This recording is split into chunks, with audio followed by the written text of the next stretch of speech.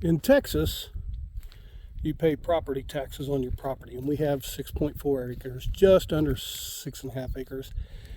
And honestly, I don't know what it would be appraised at.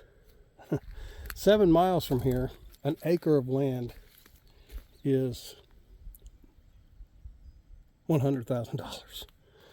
The land looks a lot like what you see right here. The difference is they have low water crossings. So what happened was when Tesla moved out here and all these manufacturers moved out here, the people moved out here, and they didn't want to buy a house where they couldn't get across, get to work. And the developers that bought these ranches, divided the acreage into smaller lots and then sold them. And this one happened to be $165,000, I believe. And the reason is the pond. There was a $15,000 premium on the pond. Okay, well, anyways, so you pay taxes, and the way you can prevent from paying taxes is you get an ag exemption, which in order to do that, I would have to take the fence down and let the cows graze on my property. And I wouldn't have a problem with that, but cows have very little sense. And they started pushing on my electrical boxes and things that I'd done. And I'm like, no, we can't have that. So I applied for a wildlife exemption. And my wildlife exemption, I hear an airplane. Let's see, can I see him? Absolutely not. That cloud bank is thick. So my wildlife exemption, my wildlife exemption, I am trying to attract the golden-cheeked warbler, which is on the endangered species list. And I suspect the reason it's on that list is their nesting is in central Texas, which is where we are. And where they nest, I'm going to flip this around and show you, this is the Texas weed, and most people just hate this tree. And it's right there, it's that cedar. And they are invasive, and man, they have a lot of bad qualities, but they have good qualities too. So the golden-cheeked warbler wants a tree that looks like that, not like that. So I've been cleaning up trees, and I can't clean them all up at once. And I've been planting flowers, and you hear the cardinal in the background singing. I feed the birds. I feed the hummingbirds. Dude, let me tell you something. Those guys drink water out of their feeders faster than you can imagine. Well, today I planted 3 of the 4 pecan trees that I ordered. And in case you don't know this, you need to have them cross-pollinate. So there's a type 1 and a type 2, and then there's a number of varieties. All have their ups and downs. So I bought 2 each of the Pawnee pecan and 2 each of the Ellis pecan, and then I'm planting them every other tree, and they're about 30 feet apart, almost 40 feet apart. Wow, look up. Look. Where are they going? They're flying north. Let me zoom in. Wow. I heard this sound and I'm like, what is that?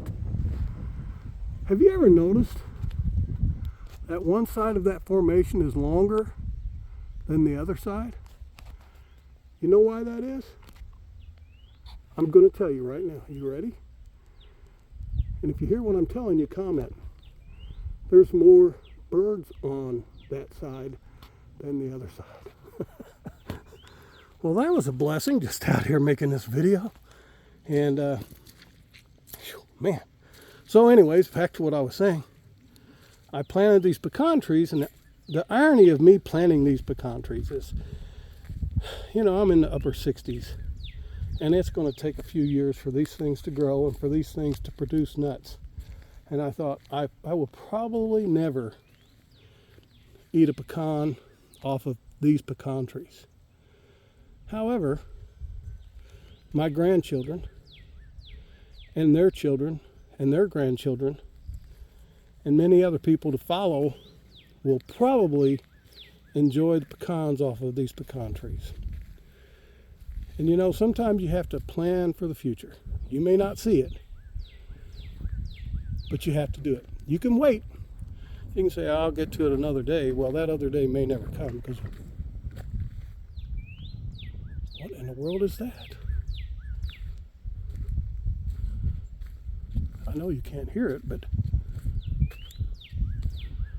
oh. That's crazy.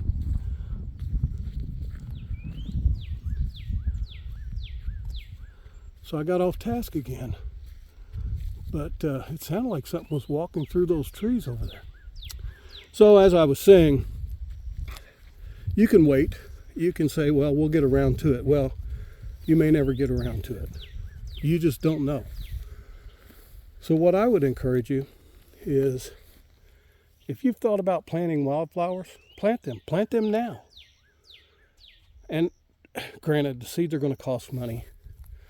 Or you can go out in the woods and harvest seeds along the roadside. I can tell you, Texas, man, there's more of these flowers. I can't even remember what they're called. But there's more of those things than you can imagine. So anyways, it is just, for me, it's an honor to, I don't want to say work the land, because that's what farmers do. They work the land and they grow crops. I'm growing crops. I'm growing crops for the bees and the butterflies and the wildlife. And this video is getting too long, but that's okay. I don't care. I really don't even care if anybody watches it. I'm not doing it for them. I'm doing it for myself. Let's walk on back here and then I'll finish this up. So I made this path when I first moved in, and the whole idea of this path is it's a bike path. You know, Quinn has a bike. It's got a flat, but she has a bike. I have a bike. Jerry has a bike. Anybody that comes out here with a bike, I made this path all the way around the property. And I tried to give it enough space away from the barbed wire, because that would mess you up if you fell into it. And I made this path. Look at that guy. It's not a wasp. I can't remember what they're called. Poppies, man, I planted poppies. How cool is that? And there's lots of poppies. We have thistle. Lots and lots and lots of thistle. And a lot of people, believe it or not, consider that a weed. And you know, if you had a green yard and the grass was the most important thing in the yard, yeah, that would be a weed.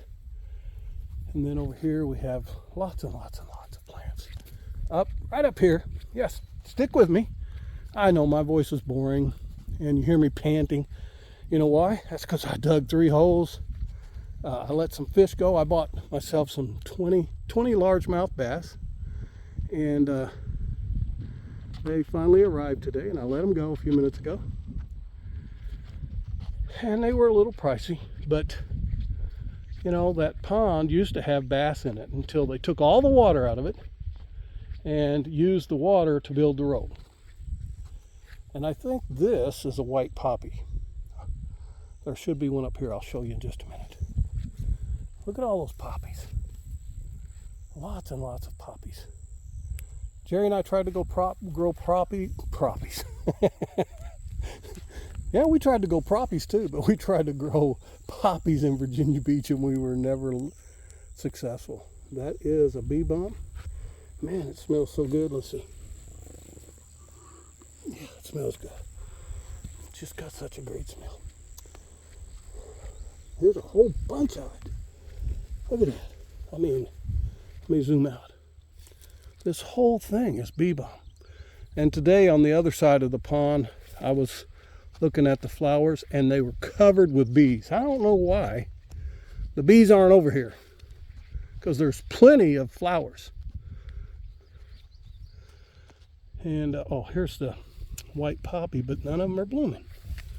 Yeah, that's what those are. See here, they'll be popping out there in a couple of days. The poppies will be popping. Mexican hats, you got all kinds of Mexican hats here. Butterflies galore.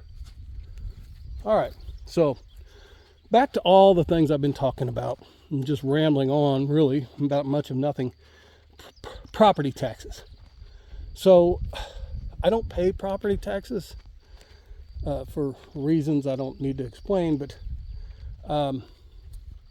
Even if I did, I have the wildlife exemption. So every part of my property would be exempt as long as I meet my wildlife management plan, except for 1 acre. So you do have to pay property taxes on that acre, and I don't have a house yet.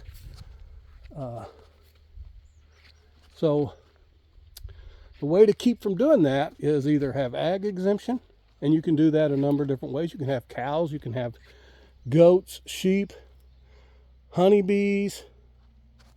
I'm really not up on that because, I don't need it.